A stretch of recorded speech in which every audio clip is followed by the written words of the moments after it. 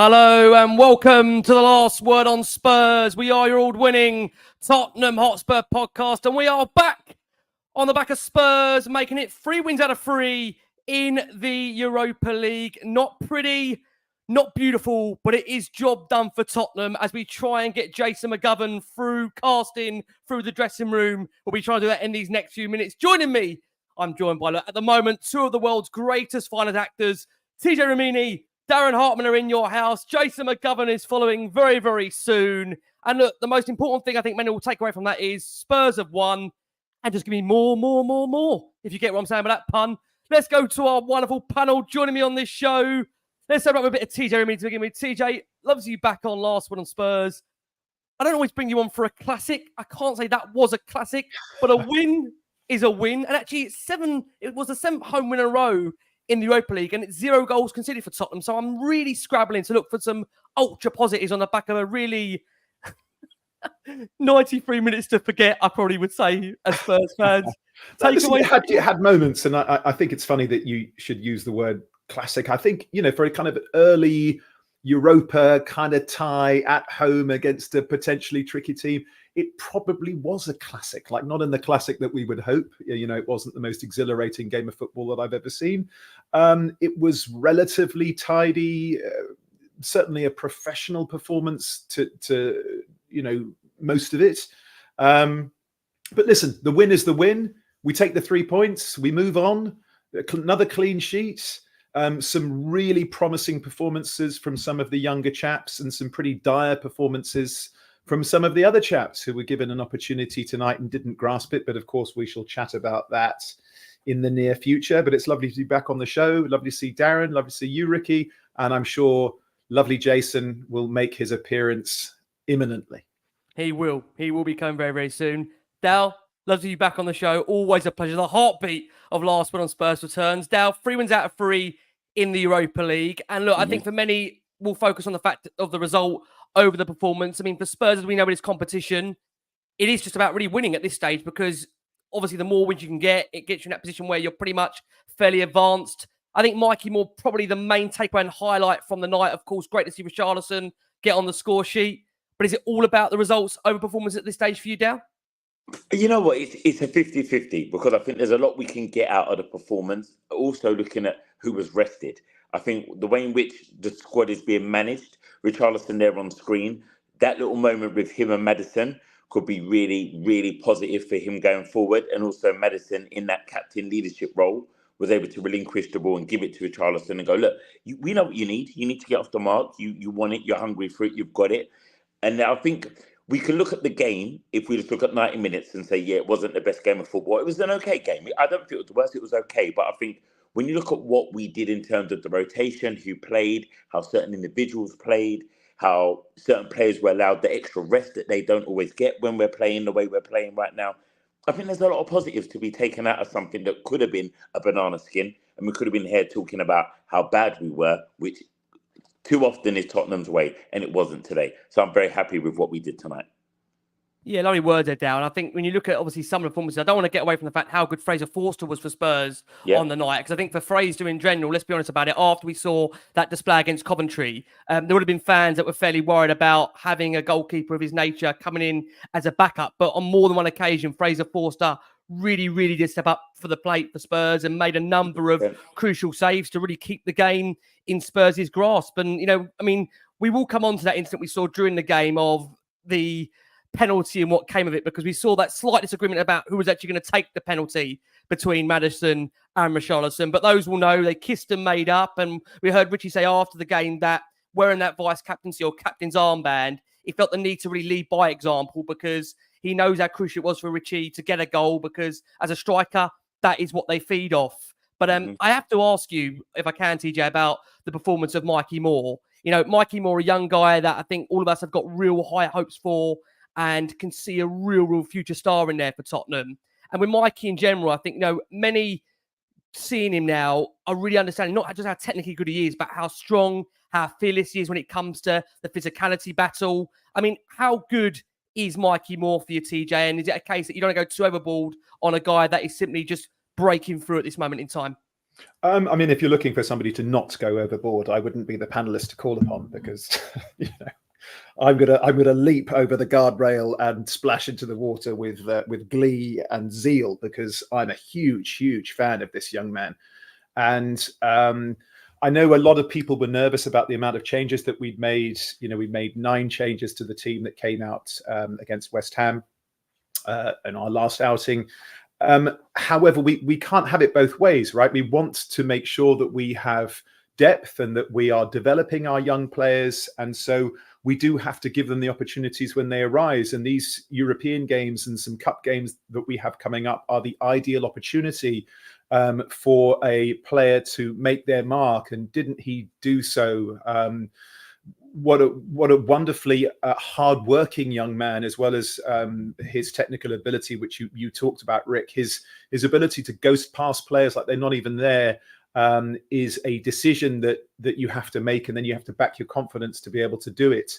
I was just so happy for him. He was very unlucky not to score in the first half, and actually a beautifully delivered ball into the box by Timo Werner on his right foot, curling towards the back post. The defender did his job and put him off. But what a talent, and I think as Tottenham fans, goodness me, if anyone has the right to be excited, isn't it us? My goodness, we've had so much heartbreak and torment over the years. And so let's celebrate this young man who's come into this team, and, he's Tottenham through and through. And, there are a lot of players. Oliver Skip is Tottenham through and through. We gave him a lot of love and a lot of time to develop, and it just didn't happen for him. But here's this young man that seems to have numerous tricks to his locker that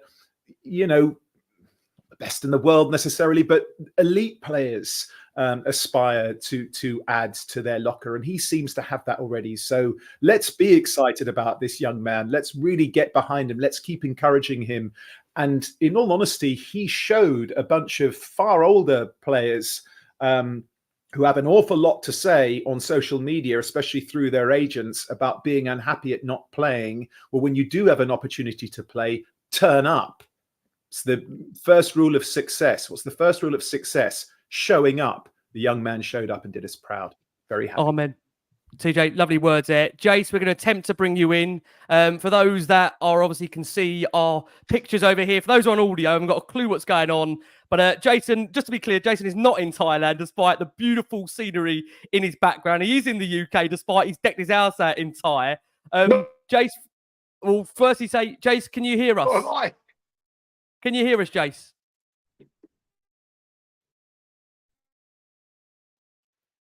Doesn't appear Jace can hear us at the moment. We will just try and get Jason to settle down in a second. Wi-Fi, as you can see, issues are really struggling here in the household of the McGoverns. But I do want to bring on if I can, and Jason's reaction there says it all in terms of the Wi-Fi situation in his household at the moment. Many will find this as a comedic act. We don't do this deliberately. I think many think they come on last one on Spurs, and it is fun and games. It is comedian in itself. But we are going to try and get Jason back. We really will. About. That was like a meme, wasn't it? Like that was like a GIF or something, what he just did. We will. I mean, I've never seen Jason move so fast in my life. Timo Werner, take some advice. You look like Van de Ven. I tell you, we did. He split round the screen there. James Maddison actually said on Mikey Moore that from minute 45 to 65, I thought we had Neymar on the left wing. He demanded the ball and was fearless. He has that fearless mentality, and he's a lovely boy and takes on bags of information. I mean, I asked TJ about him now, Mikey Moore, and I think, the key about this, player is that he's young. He's obviously ever so talented, but I'm sure you agree that ultimately it is just at this moment in time, just trying to bed the player in slowly, right? Not going overboard at this stage. Is that fair? Totally fair. It's about him enjoying his game right now. And I think what you saw in Mikey Moore is what we were missing for Werner, is someone who's confident. Mikey Moore is very confident in himself. He's confident in the way he's allowed to play. He's confident in position, and he's confident that when he gets the ball, he can do something. And when you have that kind of confidence in you, they say the youngsters have it, and as you get older, you lose it. It's fearlessness. And he's looking at his opposition and going, I don't fear you. I know what I can do. I believe in myself. And if it doesn't go, he goes again. If he tries something and it comes off, it boosts his confidence even more. And as fans, it's great to be excited. And it's great for us, as TJ mentioned, like having one of our own. someone who's come through the academy, believes in the shirt, he knows about the area, he knows about the history of the club, and he's excited to be here. And I think what we can do is be excited.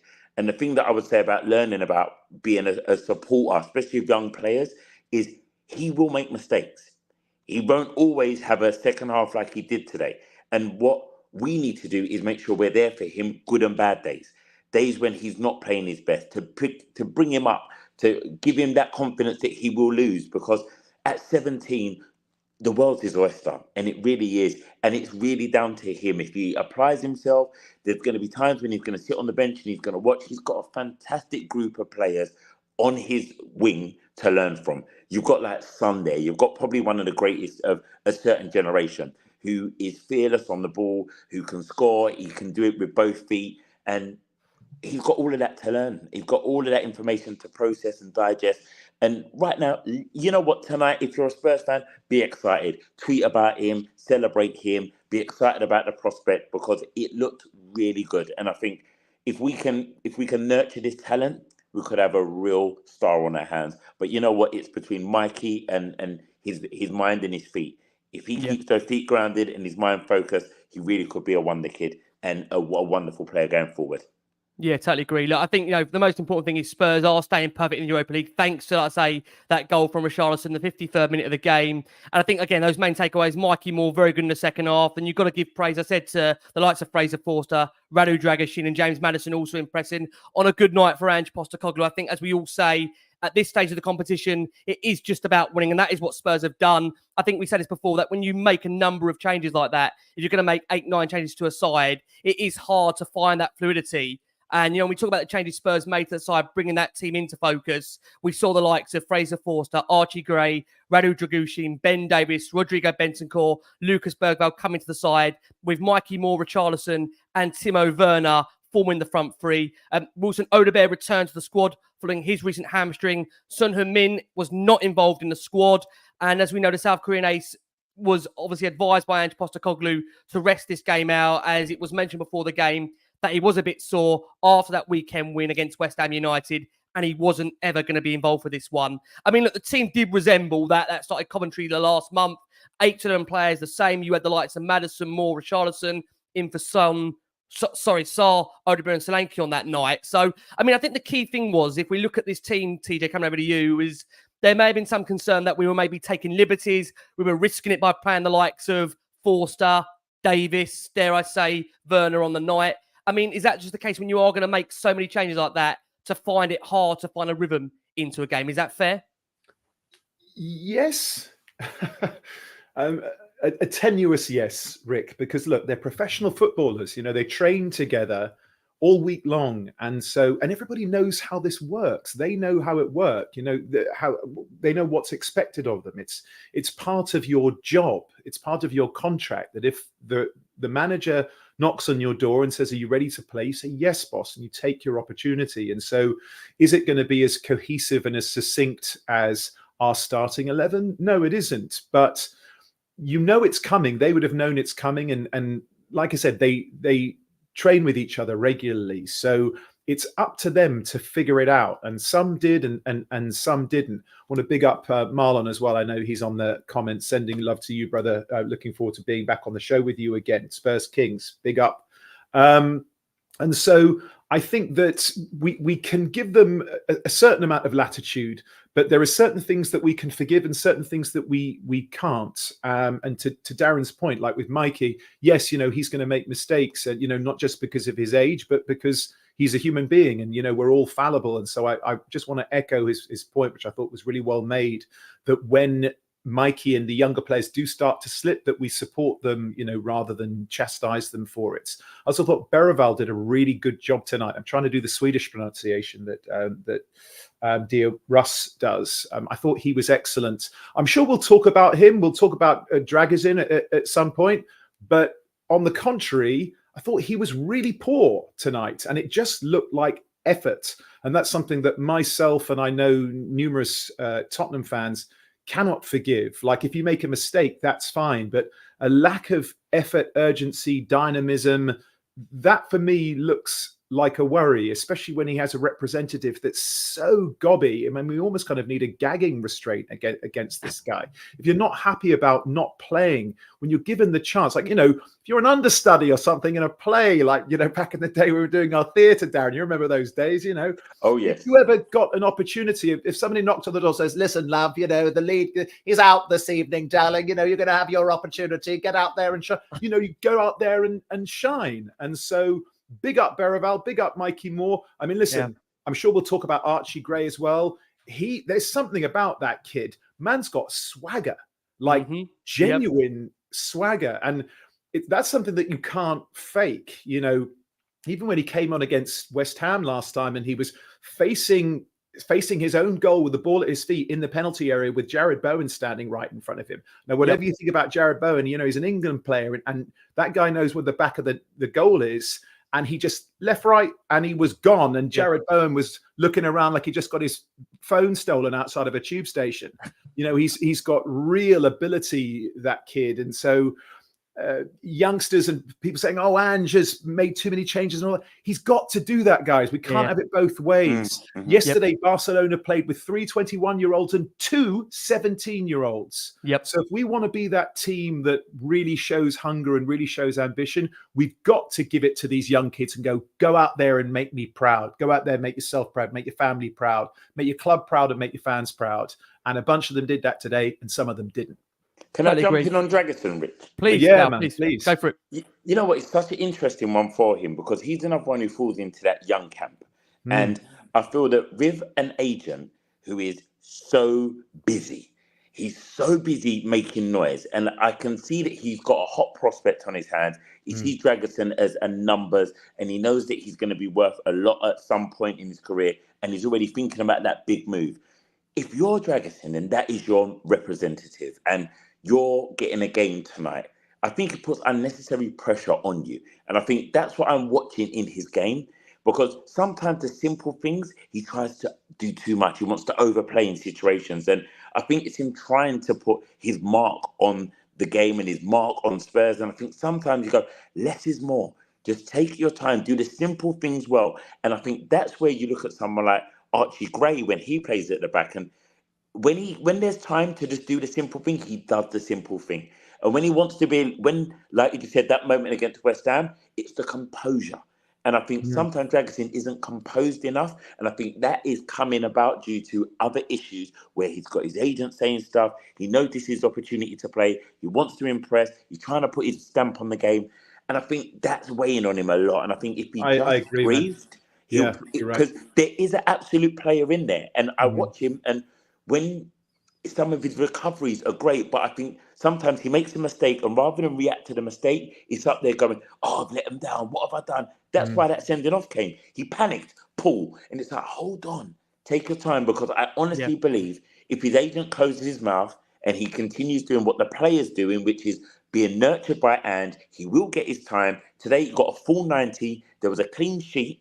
And that's also things to look at as a defender. 90 minutes, clean sheet. He played with Ben Davies, so he was the man who was put on the job of, if they go behind, you better catch them. Because Ben ain't going to catch him. You've got to make that run. So he was always on the half turn today. And if you look at Archie Gray today, he got a workout, because I can't remember the name of the guy who was playing left side. I want to say... was it Koku? Is that what his name was? Something like that. Yeah, Koku. Yep. Yeah, I believe. phenomenal. Yeah. Pace, Koku. direct. Good player. Yeah. Absolute direct. Put Archie Gray on the turn all the time. And Dragusin had to be aware of that and go, I need to support him. I need to work as a pair here. And I think stuff like that we forget, because we didn't have Van there. We didn't have the Superman doing the cover. We didn't have Romero going in and going, I'm going to hit him early and let him know he's in a game. So that's what I mean about sometimes there's wins that we don't want to look at and we don't notice. Those clean sheets. Bentancur bailed him out as well a couple of times. There you go. It's that teamwork going. Bentancur going, I'm going to sweep up here because that's my job today. I've got to look after you guys. And I think there's you know what it is for me with Dragusin. I don't know if you boys agree.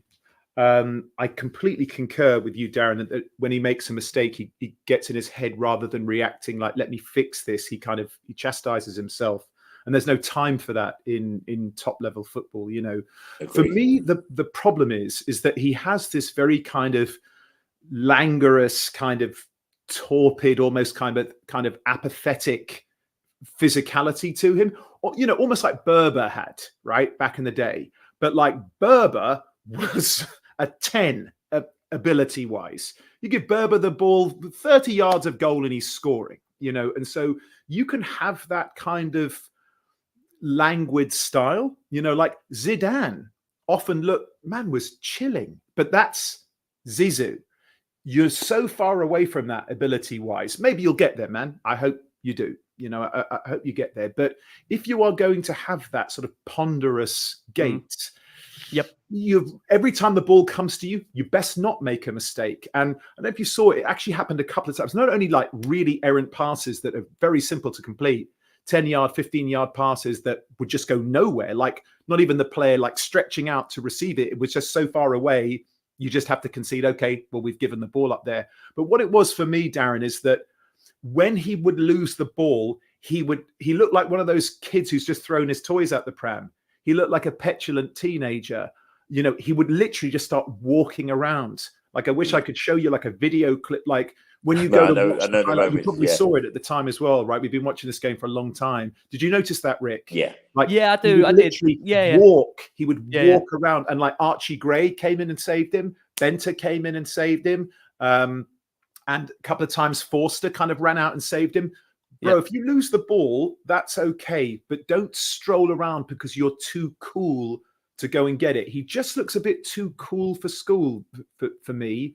I can't excuse that. Like, he needs to have a word with himself and just be like, because he right now he looks very arrogant to me, which I cannot abide. He just looks like an arrogant young man, let alone an arrogant footballer. And so if you make a mistake, you bust your ass to get it back. Don't start strolling around giving it Kevin and Perry. We don't have time for I do wonder. There's obviously an element of frustration here because he probably feels he wants to be playing more games and obviously wants to be featuring more. And I agree with you on that. I think the problem he's got behind him is he's got Romero and Van der Ven that we know with Ange, they're always going to be his first choices. Romero's his vice captain. Nick, let me ask you a question. Let me ask you a question, Darren, and to our fabulous listeners and viewers. Has Romero had a great season this season? No, he hasn't. No, he's made a number of high-profile mistakes. So you want to put pressure on a World Cup winning centre-back with some performances? Show me some dynamism, man. Show me some energy. So, when Brennan Johnson came, I mean, obviously it's Brennan Johnson, right? He's in a fine vein of form and he's, one of the starters, but came on and just injected electricity into that team. It was like all of a sudden, we'd been plugged in. That's what lit Mikey Moore up. Again, Bergvall showed energy and dynamism and aggression. I thought Bentancur was excellent tonight. Here is in my opinion, world-class central midfielder who has been pushed out of the starting 11. So if you have an opportunity, come in, give the manager a headache. That's your job, is to make it so when Ange comes into the office on Monday morning, he's looking at his squad and going, calling in, Darren, who do I put? Ricky, who do I put? Like, who do I leave out? Like, do that. Don't start strutting around like, you're some love lost teenager. You're constantly mewling on social media. No one wants to hear that, man. I think the key thing, like we say, is with regards to someone like Dragusin, he's been out of the team, to be fair to him. And I think, like you say there, TJ, there might be an air of swagger about him or an air of arrogance, but I think he just wants to play football. And I think, again, the problem he's got, like I say, behind him, he's got Van der Ven, who is critical to Ange Postecoglou, wants to play his football with the high line. And you've got, again, someone in Romero who, despite has made those high-profile errors, that Ange Postecoglou is not going to drop him because he speaks about really Romero being the player that he looks to in terms of the team when it comes to the energy and when it comes to, of course, a leader in his side. Now, Lucas Bergvall has spoken after. Give him a decision to make, Rick. You know what I mean? Just give him a decision. Like, say, Romero's that guy that, he lets you know he's there, right? He's that player. But totally still, you're never going to replace Van der Ven. No, never. You're not. But make it hard. Make it difficult. Like, make it so he texts him, so he calls his mates, go, Darren, I think I might leave Romero out the weekend. But make him go, yeah, man, I can see that. Like, make it difficult. All fair points. Don't make it so simple, Anyway, totally agree. Totally agree. No, absolutely fine. Not a problem at all. And Postecoglou is speaking currently to the press. I'm going to bring his comments into this game afterwards. But Lucas Bergvall has been speaking about getting his opportunity in the Europa League. And he says, look, I'm really happy to get these chances. Just 18 years old, coming from the Swedish league. It's a big difference to training with these boys and playing. I am very happy with this. He went on to say that from his perspective, the guys have been so good to me, especially Dekker, who's helped me coming into the team. I'm just getting started. These first months, it's just getting used to and keeping the rhythm with the guys. I'm really happy. You can see that on the team with myself, with Mikey, with Archie. It's young players getting a chance. It doesn't matter if you're young, you have to be good enough. And I think we proved that during the game itself. Now, look, in terms of the way the game played out to begin with, Moore did have his head in his hands in that opening couple of minutes where I think, look, the only thing missing from Moore's performance was a goal and had the perfect opportunity to put Spurs ahead. Werner producing a brilliant cross to the back post, but Moore headed wide from close range 5 minutes in. And there were unfortunate scenes as we saw Ruben van Bommel go down, of course. Father Mark van Bommel, very popular of Dutch football. He was holding his left foot and a stretcher was brought on, so he had to leave the pitch. And this is where we already come to Timo Werner. Another unfortunately dreadful moment for him to forget and for us Spurs fans to forget on the night as well. Look, Ange has come out and we're going to bring his comments in a second about just how low Werner's confidence is at the moment. And it almost sums it up by the fact that it was a lovely ball from Bergvall to put him for a sensational pass outside the boot, which split the AZ Alkmaar defence wide open. Werner, one-on-one, and sent his effort through, but it was so weak, straight at the goalkeeper, Owusu-Adoru. He didn't really have to move. And, Ange after the game has spoken of the confidence of how low it is for Timo Werner right now. And look, whatever you say with Werner, I know, again, there's people that may feel that he shouldn't be anywhere near the 11. He shouldn't be even anywhere near the squad. And just said he's definitely down in confidence. You can see that it's a little thing to get out of sometimes. All we can do is support him and try and get him to a place where he feels more confident. He needs to find a way out of it because for those positions, we need players to make an impact. So I think whilst Ange Postecoglou has been fairly sympathetic to Werner's current crisis in confidence, there's an admission there also from Ange Postecoglou that we need players in those positions that are going to make an impact. So, Darren, mate, you are one of those positive fans we have on Last One on Spurs. Where are we with Timo Werner at the moment? Can you see him getting out of this crisis in confidence? And is it a case of playing him for it? Or does he need to come out the team, in your opinion?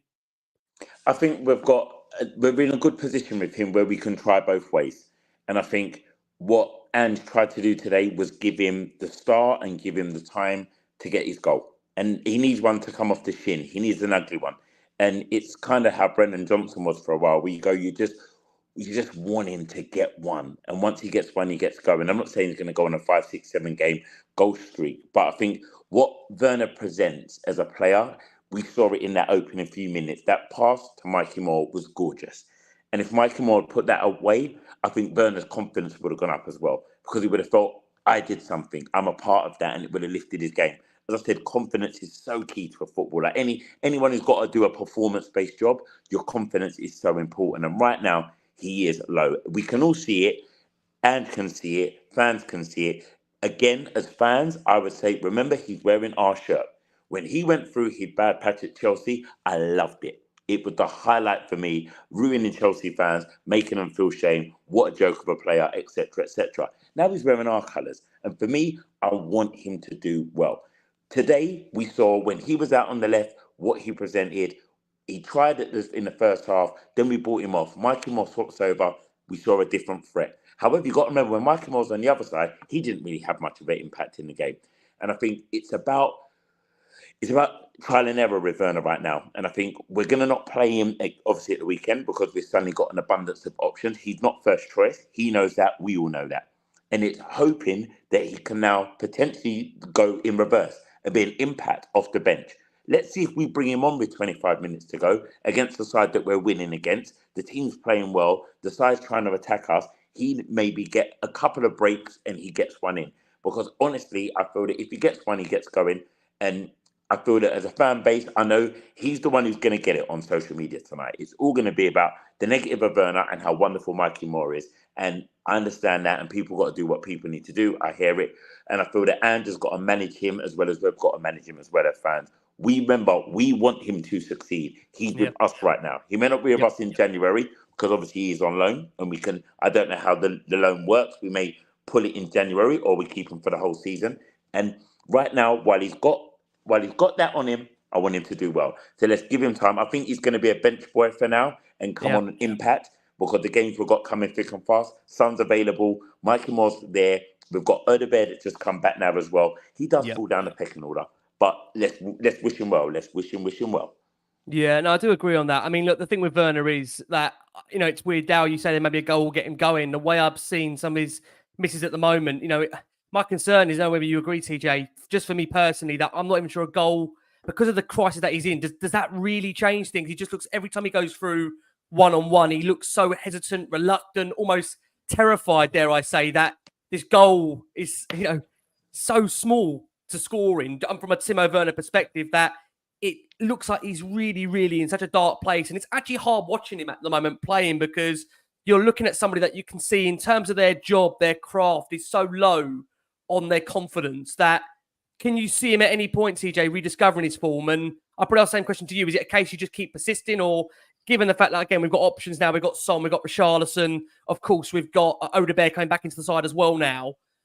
Is it a case where Mikey will need to wait? And again, it's interesting because we have seen reports earlier today from the German side of the reporting business in Kicker that are suggesting that Spurs won't stand in Werner's way if a suitable offer comes in January, that they wouldn't mind letting the player go early from his loan and terminating that if a suitable offer comes in. I mean, where are you with that at the moment, TJ? Do you feel, is there any way back for Werner from what you're seeing at the moment in a Spurs shirt this season?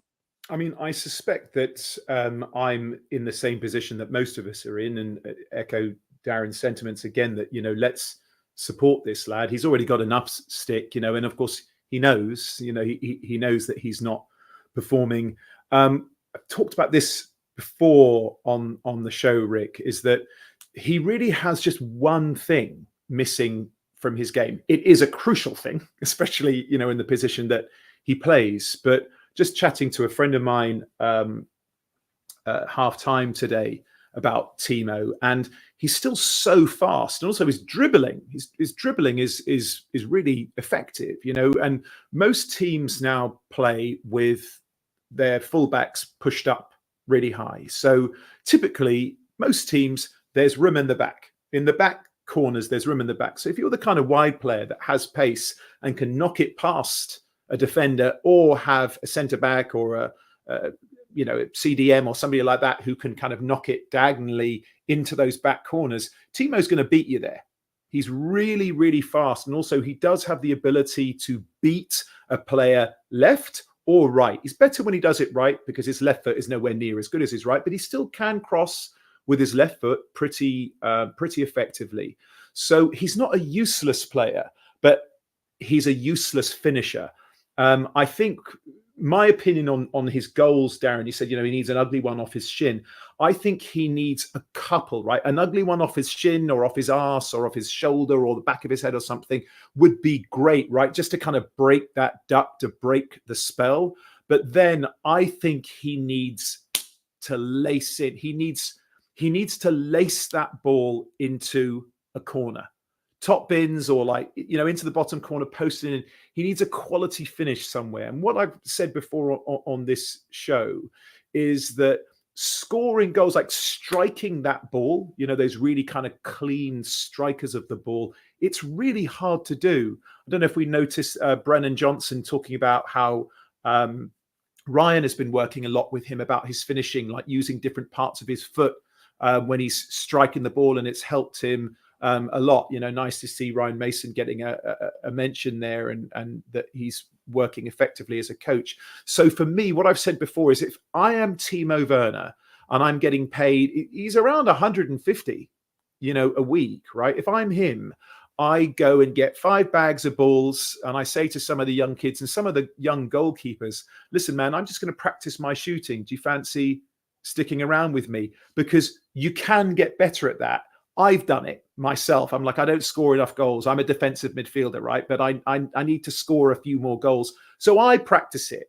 And I would just get a ball, and I would stand maybe 5 yards from the goal line, so it would just fly into the net, so I could go and get it and just practice. Bang, bang, bang, bang. Because you know when you hit it clean, when you hit it sweet, it makes a different sound. It makes a different feeling, a different connection. There's no reason for him not to be working on that. So if he's prepared to work like Emerson Royal did, said this before as well. Emerson Royale put his hand in his own pocket, spent more than £1 million of his own money to get better. Did he get good enough? No. But did he get better? Yes. And so, Timo Werner, you can't shoot. Go practice shooting, bro. You get paid a lot of money. He does. Look, we'll leave it there on Timo because, again, conscious that I feel it's a reoccurring theme that we feel we're discussing probably every week on Timo. And again, for as much as we're discussing it, nothing really seems to be changing. But again, I have to say that's no fault of the players. I think you see it out there. He's doing absolutely everything. It just isn't quite coming off for him at the moment. And there's a crisis in confidence. But I think what we would take away from Ange Postecoglou's message is that his admission there is that we need players in that final third to make an impact. Timo isn't. So again, let's see when he does next feature for Tottenham in a Spurs shirt. Now, I want to ask you about Fraser Forster because after that miss from Werner, an absolutely quite sensational save from Forster as Alexandre Penetra met the corner, but Forster produced a superb one-handed save to present AZ taking the lead. Look, let's be honest about it. There was a lot of concern on the back of Fraser Forster's performance against Coventry in the Carabao Cup. On the back of that performance, Dal, how much confidence has that given you for Fraser Forster to be featuring on a more regular basis in the European ties? I wouldn't maybe be suggesting he plays in the Carabao Cup game next week. You know how much that means to me, you and everybody. But where are we with Fraser Forster in your mind? You know what? It was a game that I think as fans we needed from him. We needed him to have a game where we could go, well done. There were some good saves in there. He used good hands. He was good with distribution of the ball today, which is not his strong point. And I think today, also knowing that Vicario got a rest, he wasn't there. He didn't have to mentally prepare for the game because I know some people look at goalkeepers and go, why do you need a rest? Sometimes you do. You do need a little bit of a break from it just to kind of rest your mind, rest your body, get yourself focused, prepare for the next game. And I think what Fraser did today allowed us to go, cool, you can play some of these games. We can take you away in Europe and you can play. I'd quite happily send him to play against Galatasaray and go, yep, you've got that game, mate. From now, no, that's your next game. That's your next time you're going to feature. And Vicario knows he's not going to travel. And it works. And also, again, the confidence in what happened. It was a clean sheet. He didn't concede and that back four didn't concede. So that means there's confidence in that performance. And as fans, we get confident. But as players, they get confident. And I think, yeah, I'm totally with you, Rick. I don't particularly want to see him play against Man City, but I'll be very happy to see him play against Galatasaray because that's where we're at. And I think that's the kind of level of rotation we have with our keepers. If he's not going to be number one, he's not fighting Vicario for number one in any which way, shape or form.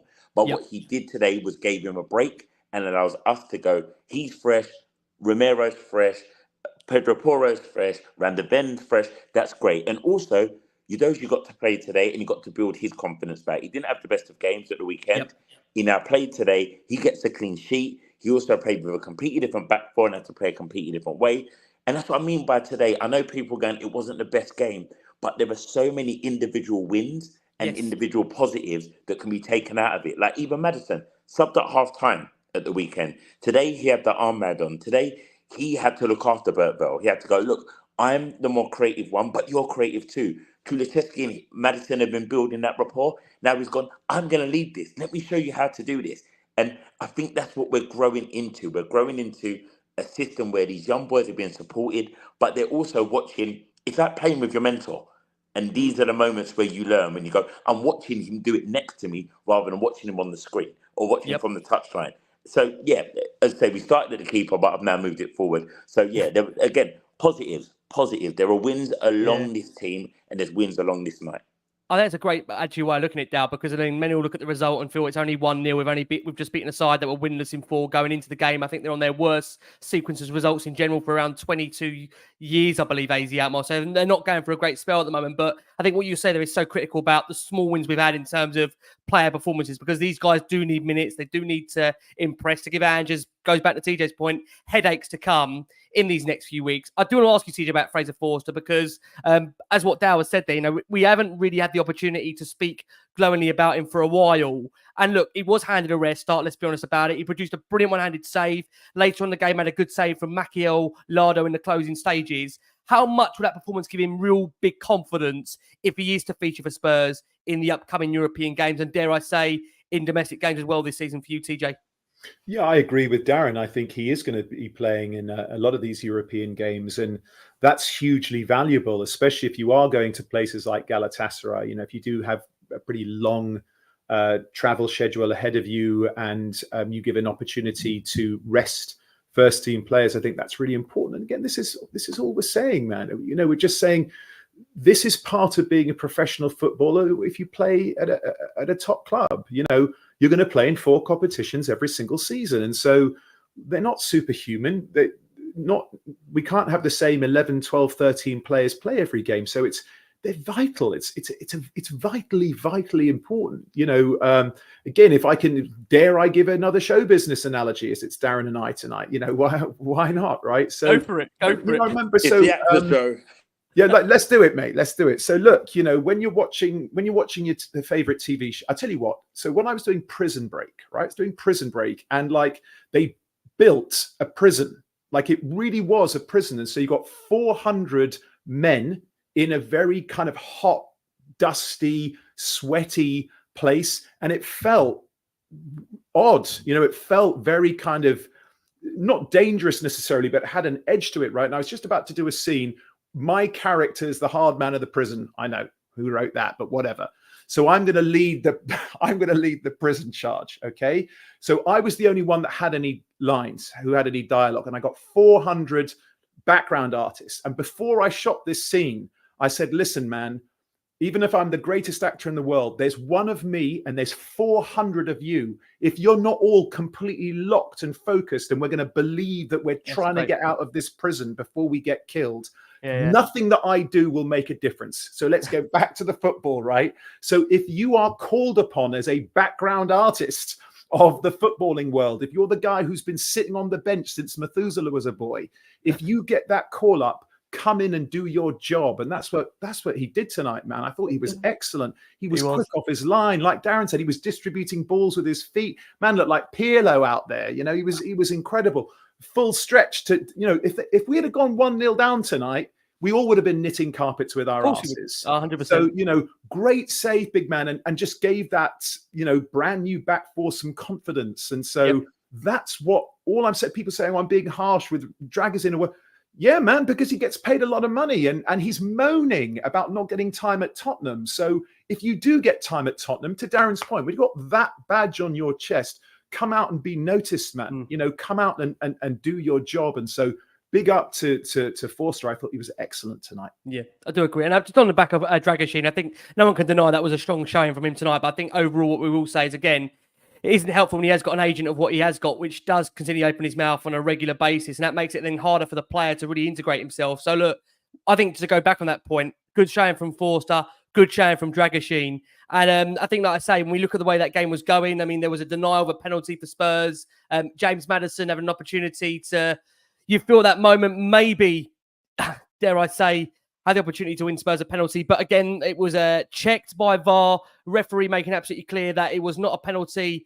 And I think, again, on second, third showing, the player does get an element of the ball. Again, though, with the way football is going these days with VAR decisions, you never quite know. They may not go for you. Again, we saw an opportunity for Timo Werner after that as he shoot wide. But Spurs go into that half-time really slightly, you'd say, having edged, you know, by the hosts. I mean, we make that point. Moore and Werner should have scored, but the visitors have been a threat, particularly on the counter through Poku. And I think we all maybe had that feeling that the big guns should be required in that second half. And we did bring, as we know, Brennan Johnson off the bench. There were lovely tributes at half-time, I will say, for Bill Nicholson. Of course, Sir Bill Nicholson, may I add, 20 years since his passing. Lovely words from Steve Perriman, Norman Gill on the night. There was Ledley King there as well. Steve Perriman said he was my footballing father, and I have so much to thank him for. So there was lovely words there actually in the stadium itself. So what we are going to do very quickly, we are going to go for our first break of the show. For our listeners on audio, we can't thank you enough, guys. Over 4,500 of you supporting the show live. Again, thank you so much for all your incredible support for Last Word on Spurs. Believe it or not, Jason is trying to move planets, I can tell you, somewhere in the region to try and get back in. But we may give Jason a night off on annual leave for what he's going through. He did nearly change locations about 4 or 5 times. But a reminder, if you're not aware, we are delighted to be sponsored by NordVPN and Last Word on Spurs. Nord have been our partner for 3-4 years. We're pleased to have them for a 5th. They are the fastest VPN in the world. So there's no buffering or lagging of your favourite shows. You can set Nord to think you're back in the UK if you're travelling around the world on Spurs' European tour, or if you're going for a bit of a city break, you can change your location settings, get cheaper things like flights and accommodation. So go and check them out. Currently, we've got a deal that we're going to give you 4 months on a 2-year plan. The 4 extra months are for free, and that's nordvpn.com/LWOS. Right, second half, look, Spurs did up the tempo itself. Brennan Johnson being brought on to a real big ovation. Timo Werner going off. I think, again, we've touched on Timo already on this show, so the less we say, the better on that. But and Dale's making it clear we are definitely moving on from Timo Werner. But it was nearly an absolute wow moment, I've got to say, at the start of that second half. And again, it was all to do with Mikey Moore. And it was a lovely moment where Mikey got away from his marker, drew past a number of AZ players before he found Johnson with a lovely pass, but his shot was blocked low. It was close to an absolute wonder assist from Mikey Moore. And again, we made that point that the Spurs fans really, I think, will be really buoyed by that performance, because there was a feeling around the stadium that there's a real coming of age with Mikey, such a young player. But Ange Postecoglou says that he's so exciting, and you can't deny it. I love the way Mikey's taking it all in his stride. He's working hard every day, wanting to develop. He's understanding in this journey. It's exciting. He's developing so well. I see him every day. He's such a great young player. And he said, the thing that gives me the most confidence is how he's handling everything. It is so exciting. And I think, again, we make that point on Mikey Moore, the age he is, to be showing these kind of displays, shows you why Ange Postecoglou was keen to keep him around, why Spurs were keen to get him on a long-term contract, and why, again, we make that point that we've got such a really good academy, a proud academy that we know last season did ever so well in the Premier League too, and we want to see those opportunities given to those players. Eventually, Spurs did get a penalty, and this is where, again, with these two fine guys here that I'm sure have come across many different egos in their time, which we're not going to get them to spill the beans on this show, I'm really intrigued to get their thoughts on the way in which that penalty come about, because, again, when you're looking at certain situations in a game in which could really affect it, this was an interesting one. Maddison controlling the ball. Bergvall was hacked down by Maxim Dekker, but we have some embarrassing scenes where Richie grabs the ball ahead of Maddison, who was the designated spot kick taker after Sonny.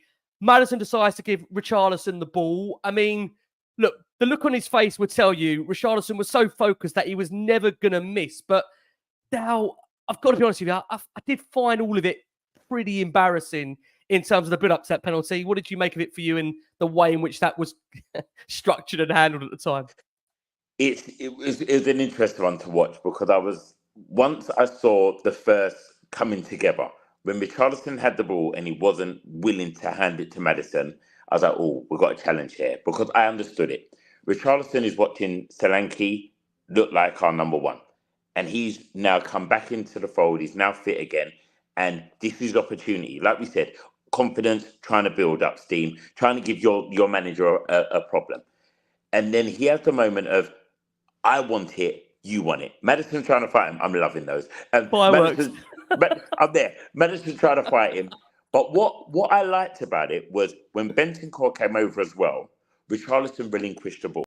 Now, I don't know if there was more in the stadium for people who were there on the night. Obviously, I couldn't be down too far away. But I don't know if there was more of it. But what we got from the camera was Richarlison stepped away. When he stepped away, Maddison then decided to give the penalty to him. Now, with that moment there, it's massive. Because what Maddison is saying is, I have the choice. I'm captain tonight. I am meant to take the penalty. I can see in your eyes that you want it. I'm going to give it to you. Because you want it. I can see your hunger and desire. As you said, Ricky, he never looked like he was ever going to miss. And Maddison's gone, go for it. I'm putting this over to you. Go get the goal. And he did. Now, there may be a different conversation in the change room. Maddison may go, big man, don't ever challenge my authority again. Okay? Don't put me in that situation again.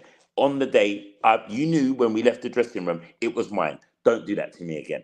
Bentancur may get involved and go, Richie, don't do that. We know the code. We know what we're doing here.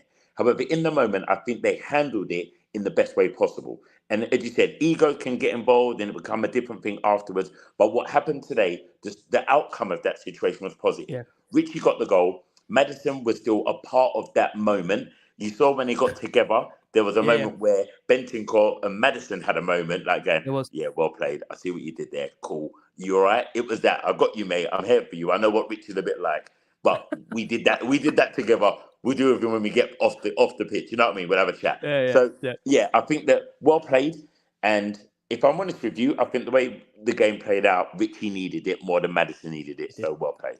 He did. I mean, just on that point, if I bring you in, TJ, James Maddison allowing Richie to take the penalty said, initially we both wanted to take it. I'm a senior player. I'm the captain of this game. I was going to take the penalty. And then when I stood there, I had a little conversation with myself and thought, Richie's just come back from injury. It can be difficult for a striker. So a split decision to let him take it, and that will do him the world of good. And to be fair, that's class for Maddison. I think that, again, shows a player that has shown that maturity there in that moment to not allow the scenes there to phase him. And like Dal says, there might be a different conversation that happens in the dressing room where, again, you'd like to think maybe they are saying we don't want that to ever occur on the pitch. Because I think we've seen that on a number of occasions, actually, in the Premier League over the last few years, that there's been some embarrassing moments where players have taken the ball off at a teammate and have ended up taking a penalty over somebody else that was the designated spot kick taker. I mean, before we get to the penalty itself, TJ, what did you make of that coming together? And yeah, I'm intrigued to know your thoughts on that. Similar to Darren's, really. I mean, we don't like airing our dirty laundry, right, in public. And so it did look a little bit puerile. However, like you, Rick, I commend Maddison for making the bigger decision, for being the bigger man. And also that's what leadership is all about. That's what captaincy is all about, is how do I best serve this team? How do I best serve this club? And how do I extend a loving, supportive hand to a player that really needs it? And he handed the ball to Richarlison. Excellent penalty, by the way. Wow. I don't know if it's the same in Portuguese as it is in Spanish, but talk about cojones. My goodness, absolutely. Wow. Absolute ice in the veins for that one. But the whole kind of, I'm going to take it. No, I'm going to take it. No, you don't want to look like that to a Nigerian friend of mine taught me a great expression, which is called "don't open my nyash." So any Nigerian listeners might know what that means, but you can probably work it out even if you're not. I reckon I can. I reckon I can work it out, right? Don't make me look foolish in public. And so it was over pretty quickly. To Darren's point, it might have looked worse in the stadium, but I'm happy for Richie, man. Put himself about, and again, that's really me as a Tottenham fan, is all I'm looking for is 100% effort every time you put that shirt on and you step out onto the grass. 100% effort. Again, fans of the show will know I'm an enormous fan of Dominic Solanke. I wanted him at the club before we signed him. I made that prediction on this show that I thought he would be a fantastic signing for us. And so he now has huge, huge boots to fill. Every time, Richie gets the call, you best put a shift, because Dominic Solanke, he's so hard to handle. And also, we talk about his work rate. We talk about how good in the air he is, his hold-up play, all that kind of thing. Man is technical. Yeah. He's dribbling, trying to get the ball off this guy, and he seems to become more and more confident with every passing game. Towards the end of the game, and we had the ball in the kind of the bottom end of the penalty area, near the line. Was it going to go out for a corner or a goal kick? And he just dribbled 3 players and got out of it. I mean, he's so good. I'm so happy he's at the club, man. He's doing wondrous things. Oh, many years. I want to go back to Richie just for a second, Dal, because we talk about confidence in players and what that goal will mean for him. It was a lovely chip, I've got to say. He got a big hug from Maddison, we said, after that moment as well. And it's his first goal for Spurs since May after, as we said, that troublesome period out with a calf injury.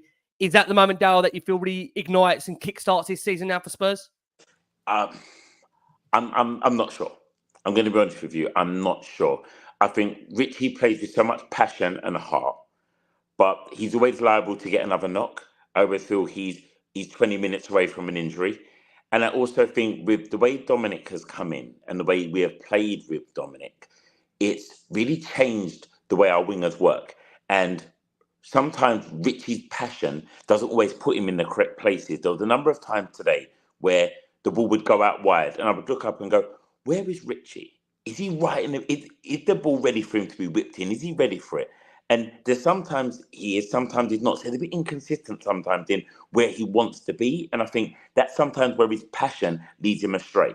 And I feel that he's going to be called upon this year as the man to come off the bench and provide the impact. And I think that's where Richie, I think, can be at his most dangerous. Because you bring someone like him off the bench an angry Brazilian who wants to play and wants to score, when the cojones are there, suddenly you go, that's a problem. He's hitting defenders hard. And I think that's where I think Richie will come into his element. I don't feel that starting Richarlison will work for the system we're trying to build right now. I think we do go a step backwards because he wants to come and get the ball to feet a lot. He wants to come and play deep. We can't always go long to him, and it doesn't stick to him a lot. And I think we've relied on Solanke being able to hold the ball up for us in a way that we've not had for a long time. And I think that's where Richarlison, I think, is going to be at his best coming off the bench. Starting him, I don't feel that now Richarlison is saying, Dominic, I'm right on your shoulder. I feel that he's still got a little bit more to do. And I feel that the confidence has gone up 10%, but he's nowhere near where Dominic's is right now. Yeah, it's interesting. I mean, just to get your take on Rishi, where we are with him, obviously, TJ, look, he was named the starting lineup for the first time this season. Look, he did work hard to get a few openings for us, scored, obviously, the crucial part of the game. He got 64 minutes on the whole before he was taken off. That would have done him the world of good. I mean, do you agree with Dow? Have you got concerns, TJ, over the element of keeping him fit? Or do you think that we can somehow put him on some kind of program where we are able to get a Richarlison that is able to feature across the season for Tottenham? Oh, I hope so, Rick. I don't know what that program is. My goodness, we must have tried so many different things to help this poor boy. I don't think anyone would disagree with Darren.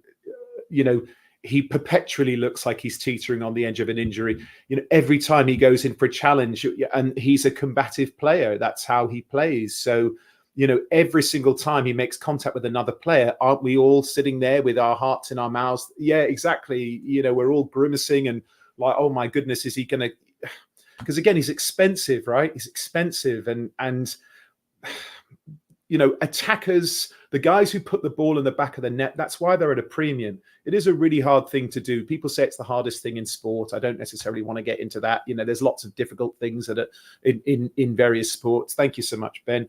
But you know, that is your job, man. That's why that's why we hired you. That's why we paid the big money for you, is to put the ball in the back of the net consistently. So if you're not kind of doing 15, 20 a season, we're going to be thinking, okay, you know, we're going to have a decision to make here. So it does come with a particular brand of pressure, I think, if you're a striker.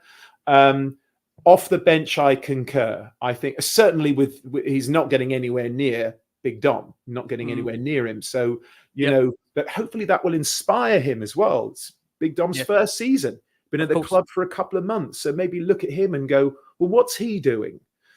Again, I'm a huge fan of working on oneself, right? Again, if there are glaring holes in your game or glaring, you know, here we go as actors, we have, you know, a limitation in our arsenal. Well, let's go work on that thing, you know, like let's give yourself the best opportunity to always be a difficult person to leave off that team sheet or off that cast sheet or whatever it may be. So, you know, maybe look at Big Dom and go, what's he doing? Again, I'm sure we've all heard multiple interviews with Kulu this season, who is, you know, one of the best midfielders in Europe right now. And again, that's not just me saying that. Just look at the stats. Stats don't have opinions or they don't have any feelings or emotions. They're just numbers. They don't care. And he is number one in most of the key stats for a player in his position in Europe. And so he's been talking about working really hard at it over the summer, working really hard and looking at himself and going, where do I need to improve? And addressing that, saying to the coaches, where do I need to improve? And addressing that.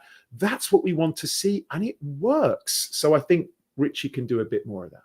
Yeah, I do agree on that. And a player that I know, Dow, that you've got, Dow's got a lot of love for, Tid's got a lot of love for as well. I do want to ask you guys about Rodrigo Bentancur, because we are in a situation where we've got this ban hanging over his head. It looks like it'll be a minimum of 6 games at the very minimum. Again, that is probably expected to be a lot more, depending on obviously how he's obviously found guilty by the FA when that will come, which is any day now, we understand.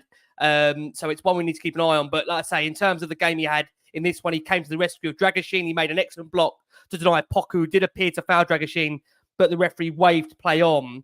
But he used the ball really well, I think, Dow, in this game, Bentancur. And I think a player that we know has been integral in helping Tottenham to win the penalty, allowing a fantastic ball to release Maddison in the area. He just looked very impressive on the night. And again, a reminder that with Bentancur, we've got somebody that is so composed. I think as a player, caresses the ball, if I can use it in that way. Mm-hmm.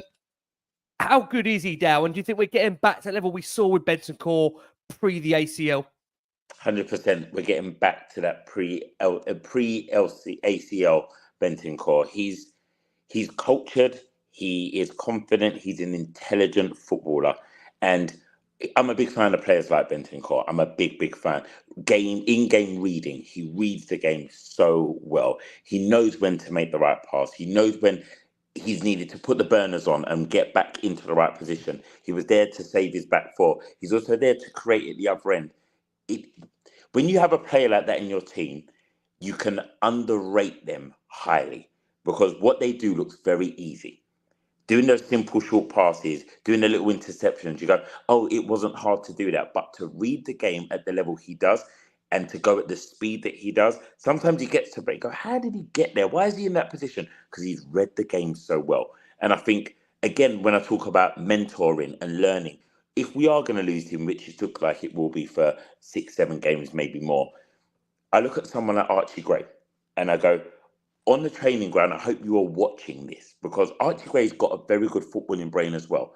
Right now, he's playing right back, but speaking to friends who are big Leeds fans, he can play where Bentancur's playing right now. So we've got Bissouma, who right now is in what I call his purple patch, and we know him. We know there's going to be a moment when he goes away for a while and disappears for a minute, and we're going to have to go, we need to change it up. He needs a bit of rest. If it's that period when we haven't got a Bentancur, it may be where we go, Archie, let's see you in that position. And I'm hoping that he's learning from what we saw today. Someone who is so cultured on the ball, so footbally aware. His positional sense is brilliant in that position. He's never overworked. He's never overrun. He sees the game in 4K. And that's a beautiful thing to have. And I'm really glad that he's back. I'm really glad that he's playing with that confidence in his legs. He's not worried about the injury because that injury, you're always worried about. And when he came back the first time and we lost him again, now he looks very much back to the man that we know and love. He does. And on that point, TJ, now again, you've been raving about Bentancur for such a period that he was been here. And again, I think you said pre-ACL, one of your favourite players to watch in a Spurs shirt. I mean, TJ, are there concerns for you that losing for the Premier League games, although he's going to be great for Europe, is he going to be a big miss in the Premier League games, or do you feel Bissouma can do that job? Because like Dal says, he's a player, Bissouma, that does tend to go through purple patches. You get a good few games. I think the only thing I would say with Bissouma in comparison to Bentancur is that I just feel Bissouma has got tendency to switch off at certain points where I feel like with Bentancur, he very much is, if he's in the game, doesn't tend to be, as with no disrespect to Bissouma, in periods where he switches off. I mean, can we trust Bissouma to do that role in long term in the Premier League if this is quite a sizable ban for Bentancur? I mean, to my cause the management and coaching staff a headache scenario, this is exactly what I'm talking about. Where you have two really exceptional players in one position and you can't pick them both. I hear what you're saying about Biss. I'm a huge fan of his as well. We still haven't seen his best. Hand on heart. No, we haven't. We haven't seen him like he was at Brighton. Totally agree. Flashes, no? We're all, again, for people who are listening, we're all kind of shaking our heads. We don't feel that we've seen Bissouma. I think he's such a talent. He captains Marley, right? He does. He does. Yeah. I didn't see. Have you seen him play for Marley? He's a beast for them. Brother, I'm not surprised to hear that, right? Like, I'm not surprised. I think he's one of those guys, the more responsibility you give him, the better.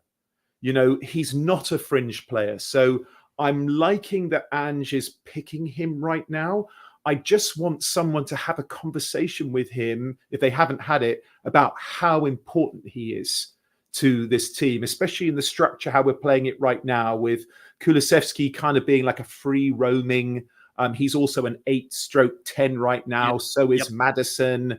Then obviously you've got wide players. And so he has an enormous amount of responsibility in the center of the park, and a kind of area where if you lose the ball, you're in big trouble. So I like the fact that Bentancur and Biss are competing for that spot. I think it helps them both. But I do think we're starting to see the best Bentancur again. He's such an elegant player, such a well-balanced player. To Darren's point, his footballing intelligence is off the charts. His ability to read the game and predict what's going to happen before it happens is such a valuable asset for any player, because he doesn't have the athleticism that Bissouma has. Not that he's sluggish, in the slightest. It's just Bissouma has that kind of long, rangy, kind of stretchy muscle. Those players that can kind of reach out a leg and all of a sudden, he's intercepted a ball that was like 5 feet away. Bentancur doesn't have that, and so different players, similar abilities, similar skills. But I'm really happy for Rodri, man. This whole ban is mad for me. I don't know why anyone has any jurisdiction over something that happens on international duty. And surely that's a club issue. And it was a club issue that was addressed correctly and dealt with by the individuals and the club immediately. How many times does Sonny need to come out and say, I love this geezer. I love him and he loves me. I think it's hard. I think it's a hard one because, again, I think the FA, probably with no disrespect here, are trying to, if they're looking to stamp this kind of thing out the game, they're looking to probably make examples of players that are doing it. Have a look at Enzo then? Yeah, I agree. I mean, again, the Enzo Fernandez one is baffling. I'm happy with that, bro. Yeah, look, I agree. I don't want racist behaviour being acceptable. No, of course not. Anywhere. You know what I mean? Like, it's bizarre. It is bizarre that how there seems to be one rule for one situation, man. Yeah, I don't understand that. This is why football fans we get upset with VAR. Show consistency, man. Consistent. It's one rule, not one rule for him and then another rule for him. I think it's a hard one because, like you say there, I totally agree that the lack of consistency is where people are going to be so frustrated by this. Why is it one rule for one jurisdiction? Why is it a rule for another? It's a really difficult one, I've got to say. But again, I think, like I say, just to be very, very clear, as TJ's touched upon there, no one condones the words or the actions that Bissouma used towards, that Bentancur used towards Son. I just think the way in which it's been handled, I think it would open questions there for certain. Later in that game, we saw Bergvall come off, and Ange did confirm after the game that he was coming off basically due to cramp, but nothing too concerning. And like I say, for Lucas Bergvall, a player that has been really desperate to play football, it was a good display from him. We heard from obviously earlier in the show that how happy he was to be playing, and he produced that lovely, majestic pirouette on the 7th minute where it's really excited the home fans and gave them a wow moment again with that sublime pass with the outside of his boot to set Werner free. He was the man to be found in the area, of course, for Spurs, that led to Richie dispatching that penalty. So overall, really, Bergvall's performance was the moment in which would obviously help Spurs go on to win the game. So for him, that will give him great confidence. I'm sure for Ange Postecoglou in these coming games, it will give him a thought as to when he can bring Bergvall on in terms of upcoming Premier League games. And we know we've got obviously the Carabao Cup game on the horizon. But I think when you're looking at players overall, it was a decent performance, like Darryl says, with a lot of big wins there for certain individuals. Later on that game, again, Fraser Forster, we touched upon it earlier. Again, an absolutely phenomenal save from him later on during that game to thwart Maciel Lado. Again, it looked like a foul in the build-up, but this time Ben Davis, the referee, seemed to put his whistle to his mouth before he allowed play to carry on. But it was a warning sign going into that final 10-15 minutes. And again, Forster made a decent save from Troy Parrott upon his return to the Tottenham Hotspur Stadium. Later into that game, we saw Moller Wolf seeing red for 2 separate yellow card incidents. So the visitors were finishing the game with 10. And the good news for Tottenham was seeing Wilson Odobert back in a Tottenham Hotspur shirt. And it saw Mikey Moore receive a standing ovation from the Spurs fans. A lovely moment for Mikey, of course, being cheered to the rafters by 50,000, 55 plus in that stadium that were really pleased by that showing by Mikey Moore. And again, as we've touched upon earlier, Mikey, a young player that we 100% want to keep his feet on the ground, but to be handed his full Tottenham debut, a second successive start in Europe where he was inches away from scoring, had a lovely couple of runs in the first half and switched the flank in the second half. He went on that lovely, mazy run that led to a chance for Brennan Johnson, and to finish with a real lovely ovation, I think, for Mikey. The only thing missing was the goal on top of the cake because he was that good on the night for Tottenham. But lovely to see Wilson Odobert back in a Spurs shirt. Again, I think the key thing will be here, Dow, is really the amount of minutes Wilson will get, because I think there's no doubt about it. What we see with Odobert is a player that is very raw. He looks like he could be really exciting, a very pacey winger. But again, I suppose the question is probably patience being the key here. Is a young guy is going to need time, and we're in a results-driven business now. Is that probably the hardest thing about this at the moment? Oh, absolutely. You've got a player like himself. You've got Bergvall. They're great prospects. They're hungry. They're raw. They're raw talents. And as I say, I made the comment a couple of times tonight. I didn't think I would keep doing it, but the mentor aspect, he's got players in front of him that he can learn from. He is raw, and that rawness will be to his blessing and to his detriment at times. And he'll be finessing that in training and watching the decision making, because your rawness sometimes will make you make a bad choice because your gut wants to go one way, but if you just took a second to think about it, you would have gone another. So it's going to be learning. And I love that Ange is willing to give these players the space to express themselves. And like he said, if you make a mistake, it's on him. He's not holding you accountable, and he's not going to tell you don't do it. Keep trying, keep going, keep giving your best, keep giving it a go.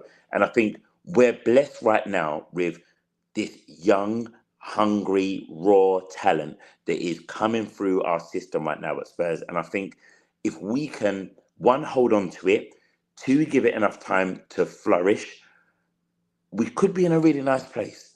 This squad really could be in a nice place. When you look at the bench and go, everybody on here has got something about them, has got a point to prove, and is willing to give the starting 11 a challenge. And but of course, he's not Maddison yet. Of course, he's not Kulicheski. But being around them and learning from them, he will hopefully take the mantle on and run with it. Same with a Mikey Moore, same with a Odebear. They're going to be the ones who are going to be taking us forward.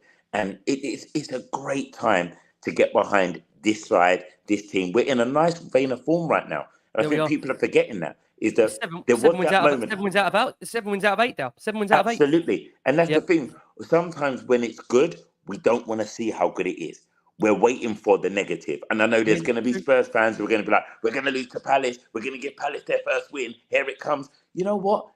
Why are we even thinking like that for? Palace are there to be beaten. Let's go and beat them. And I think that's the energy that I want to encourage more from us. Let's encourage that. Because, it's good times right now. It's good. It's either feast or famine. It feels like a bit of a famine. Let's eat.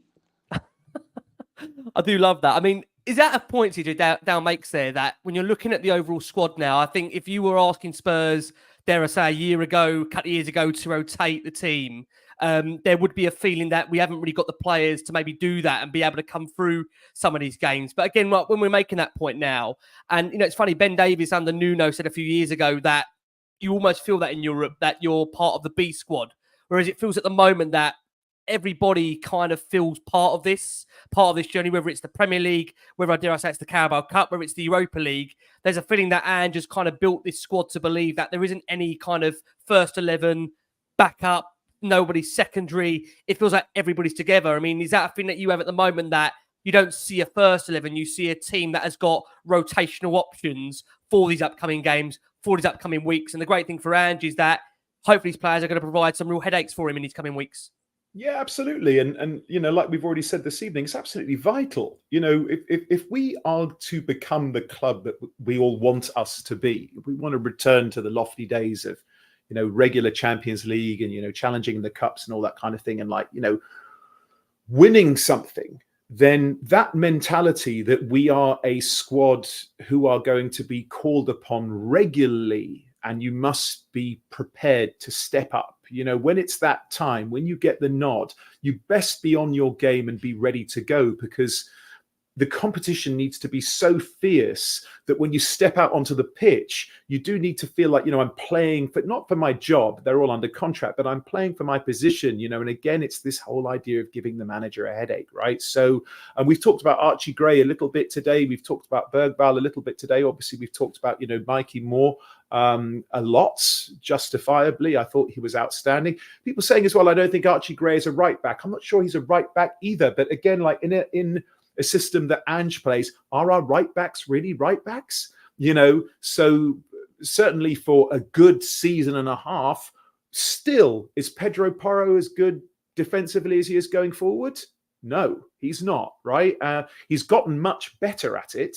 But for Ange Postecoglou, one's attacking abilities from a full-back position are more important than your defensive abilities. And also, he's 5 minutes old and he's been at the club, for a couple of months. So let's give him some time to work on that. I love his attitude. I love his confidence. I love his technical ability. Like I said, him, left-righting, Jared Bowen in our own penalty area facing the goal wow, that's a special talent right there. So again, to Darren's point, let's be happy, man. Let's be confident. Let's rock up to Palace and go, we're gonna stuff you guys.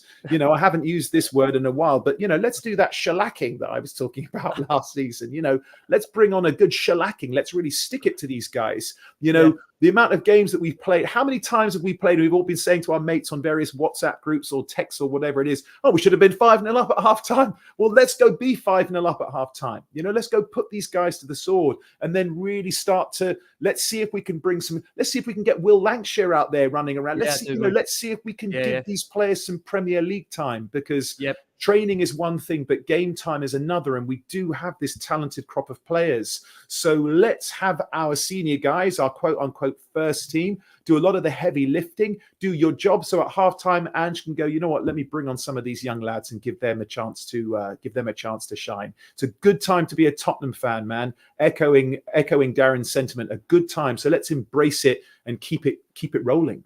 Oh, man, before we do give a quick five on Palace, just to summarise Ange's quotes after the game, he was asked about the fact it's a third one in Europe and if he's happy with the way we manage the game. He said, we have to do a little bit of everything. It's not easy making 9 changes to the team. It disrupts the flow and the rhythm of our football, but the boys handled it well for the most part. We created good opportunities. We lacked composure in the final third and had to defend on the counter. Fraser pulled off some good saves, which is a positive for us. We had 3 teenagers in that starting lineup who have not played. We will need the squad. We have a heavy programme, and to get a third win is a positive one. He said on those teenagers, it's great to see them playing. It's not just giving them the games. They are making the impact. They are playing well. They are developing, growing, and confidence and belief is key for them. When you're talking about, 2 18-year-olds, a 17-year-old, it's great for us. If they keep on contributing, developing the same way, not just for the short term, but the long term, it's a really encouraging sign. Andrew was asked about the point of after the game in relation to the situation around James Maddison and Mikey Moore and their effects on the game. And he said, look, it's pretty hard for me to keep a lid on just how exciting Mikey is. You absolutely cannot deny it. We have to be careful with him. We have to use him in the right way. And that's what's key for us. I have no fear throwing him in. I know and I see it every day. He's a great young player and there's so much more to come from him. And on that point around the situation about Maddison and the penalty, and look, he said, as long as they score, it doesn't really bother me. I thought Maddison was outstanding. He was the captain. He was so creative and caused them problems. I think in that, he sensed the moment for Richie worked awfully hard, and he kind of got his season started with that goal for him during this one. Goals are so important for strikers, so I thought Maddison made a great decision to give him the responsibility, but Richie had to put it at the back of the net, and he did it. And again, that point, again, we mentioned Lucas Bergvall just coming off due to cramp. And was asked, finally, 3 wins from 3 in Europe. Have you or anyone at the club thought it might take more than just this to make the top 8? He said, look, I don't even look at the table because it's just too confusing for me. I just think we keep on winning. We've got a chance to get through, so we'll simply focus on that. What we are going to do, we are going to go for our final break of this show for our listeners and audio. And taking you into that break, you're going to hear we've got Jack at the 5-year plan, and we've also got Dan from HDLCO, the Palace Independent fanzine, will give you their thoughts ahead of Palace. We're going to give you a very quick 5 on that. Can I just say, I've lost Jason, but I'm joined by the best 2 talkers in the game you could ever ask for, the best 2 actors in the game. I'm joined by TJ Ramini and Darren Hartman, steering you through. And there's nearly over 5,000 of you that are watching us live, guys. Cannot thank you enough for all your support for this show.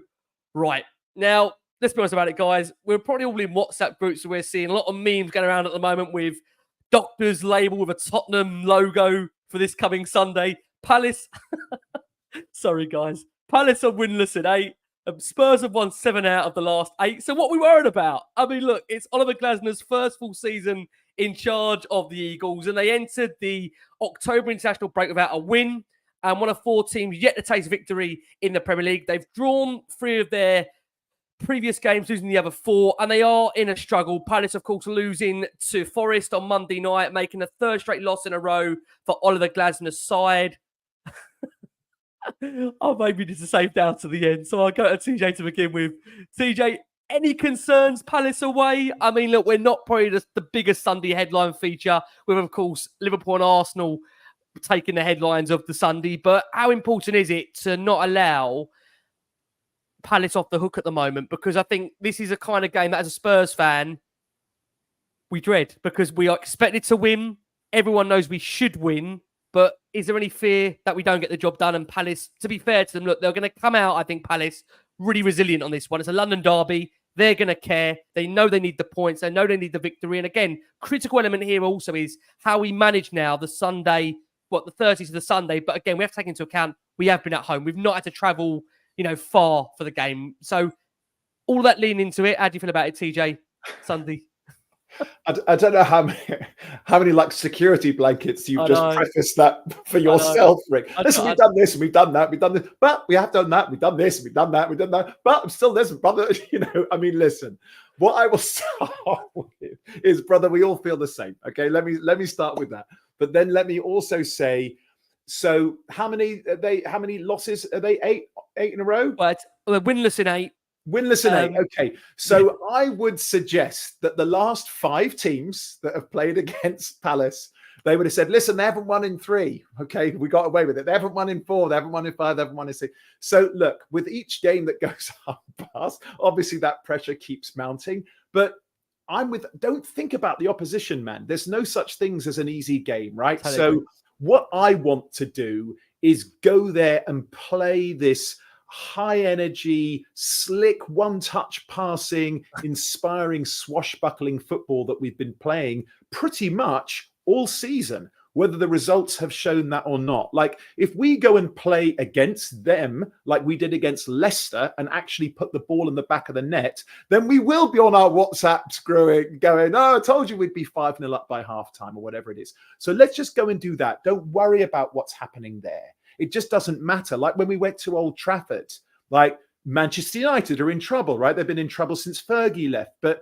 it's still Manchester United. You've got to go to Old Trafford, to the Stadium of Dreams and all that nonsense, right? And go and do your job. So that's all I'm ever focused on, is I want us playing our football, and whoever is standing in front of us, let's put them to the sword, whether they've won their last 10 or lost their last 10. Very true. TJ, can we get a prediction?